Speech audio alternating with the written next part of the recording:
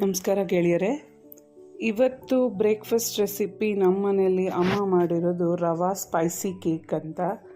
Almost like pizza ಥರನೇ ಇರುತ್ತೆ ಅಂದ್ಕೊಳ್ಳಿ. ತುಂಬ ಟೇಸ್ಟಾಗಿರುತ್ತೆ, ತುಂಬ ಬೇಗನೂ ಆಗುತ್ತೆ, ಮಕ್ಕಳಿಗೆ ತುಂಬ ಇಷ್ಟ ಆಗುತ್ತೆ.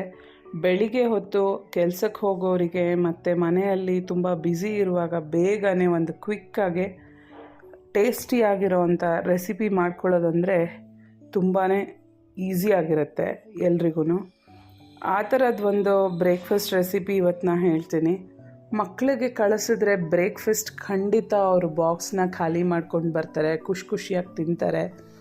ಸ್ವಲ್ಪ ಇಂಗ್ರೀಡಿಯೆಂಟ್ಸಲ್ಲಿ ತುಂಬ ಟೇಸ್ಟಿ ರೆಸಿಪಿ ಆಗುತ್ತೆ.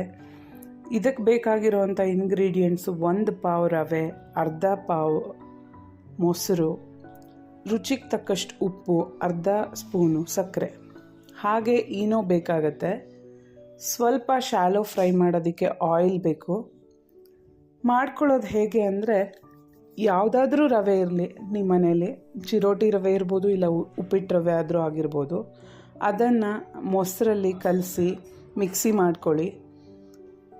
ಮಿಕ್ಸಿ ಮಾಡಿದ ನಂತರ ಅದನ್ನು ರೆಸ್ಟ್ ಮಾಡೋಕ್ಕೆ 10 ರಿಂದ 15 ನಿಮಿಷ ಇಡಿ.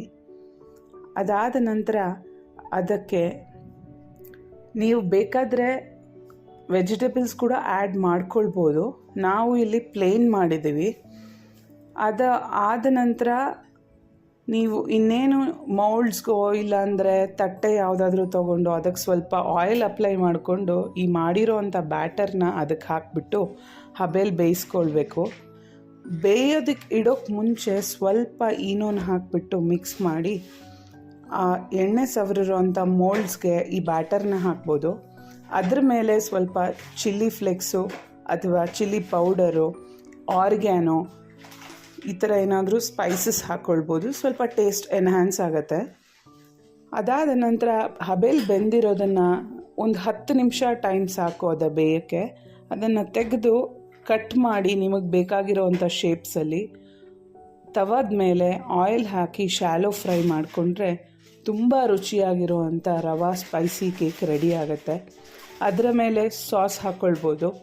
ಮೇ ಬಿ ಇನ್ನೂ ಸ್ವಲ್ಪ ನಿಮಗೆ ಚೆನ್ನಾಗಿ ಇರಬೇಕು ಅನ್ನೋದಿದ್ರೆ ಮೇಯೋನೀಸ್ ಹಾಕ್ಕೊಳ್ಬೋದು, ಇಲ್ಲ ಸ್ವಲ್ಪ ಚೀಸ್ನ ಗ್ರೇಟ್ ಮಾಡಿ ಹಾಕ್ಕೊಂಡು ತಿಂದರೆ ಖಂಡಿತವಾಗ್ಲೂ ಮಕ್ಕಳು ತುಂಬ ಇಷ್ಟಪಡ್ತಾರೆ. ಯಾರು ವೆಜಿಟೇಬಲ್ಸ್ ತಿನ್ನಲ್ಲ ಅಂತ ಹೇಳ್ತಾರೋ ಅಂಥ ಮಕ್ಕಳಿಗೆ ವೆಜಿಟೇಬಲ್ಸ್ನ ಸಣ್ಣದಾಗಿ ಚಾಪ್ ಮಾಡಿಬಿಟ್ಟು ಬ್ಯಾಟರ್ ಹಾಕಿದ ಮೇಲೆ ಮೇಲಿಂದ ಸ್ವಲ್ಪ ಡೆಕೋರೇಟಿವ್ ಆಗಿ ಕ್ಯಾರೆಟು, ಕ್ಯಾಪ್ಸಿಕಮ್ಮು, ಬೀನ್ಸು ಎಲ್ಲ ಸಣ್ಣದಾಗಿ ಚಾಪ್ ಮಾಡಿ ಪಿಜ್ಜಾ ಹೇಗೆ ಅರೇಂಜ್ ಮಾಡಿರ್ತಾರೋ ಅದೇ ಥರ ಮೇಲ್ಗಡೆಯಿಂದ ಟಾಪಿಂಗ್ಸ್ ಹಾಕಿಬಿಟ್ಟು ಅದನ್ನು ಹಬೇಲಿ ಬೇಯಿಸಿದ್ರೆ ಖಂಡಿತವಾಗ್ಲೂ ಮಕ್ಕಳಿಗೆ ತುಂಬಾ ಇಷ್ಟ ಆಗುತ್ತೆ. ಹೆಲ್ದಿಯಾಗೂ ಇರುತ್ತೆ, ಅಟ್ರ್ಯಾಕ್ಟಿವ್ ಆಗೂ ಇರುತ್ತೆ, ತುಂಬ ಕ್ವಿಕ್ಕಾಗಿ ಆಗುವಂಥ ರೆಸಿಪಿ. ನೀವು ನೋಡ್ತಿರ್ಬೋದು, ನಾನು ಸಾಸ್ ಎಲ್ಲ ಹಾಕಿದ್ದೀನಿ ಇಲ್ಲಿ. ಅದನ್ನು ತವಾ ಮೇಲೆ ರೋಸ್ಟ್ ಮಾಡಿದ್ದೀನಿ. ಆ ಸಾಸ್ನ ಚೆನ್ನಾಗಿ ಅಪ್ಲೈ ಮಾಡ್ಕೊಳ್ಬೋದು, ಇಲ್ಲ ಅಂದರೆ ಸಾಸ್ನ ಸೈಡಿಗೆ ಕೊಟ್ಟರೆ ಅದರಲ್ಲಿ ಡಿಪ್ ಮಾಡ್ಕೊಬೋದು. ಇದು ನೋಡಿ ಚೆನ್ನಾಗಿ ರೋಸ್ಟ್ ಆಗಿದೆ. ಒಂದು ಬೈಟು ಹಾಗೆ ಟೇಸ್ಟ್ ನೋಡಿದ್ರೆ ಸಾಸನ್ನು ಹಚ್ಕೊಂಡು ತುಂಬಾ ರುಚಿಯಾಗಿರುತ್ತೆ, ಕ್ರಂಚಿಯಾಗೂ ಇರುತ್ತೆ, ಟೇಸ್ಟಿಯಾಗೂ ಇರುತ್ತೆ, ಭಾಳ ರುಚಿಯಾಗಿದೆ. ಒಂದು ಸತಿ ಮಾಡ್ಕೊಂಡು ನೋಡಿ, ಟೇಸ್ಟ್ ಹೇಗಿದೆ ಅಂತ ಕಮೆಂಟ್ ಬಾಕ್ಸಲ್ಲಿ ತಿಳಿಸಿ. ಧನ್ಯವಾದಗಳು.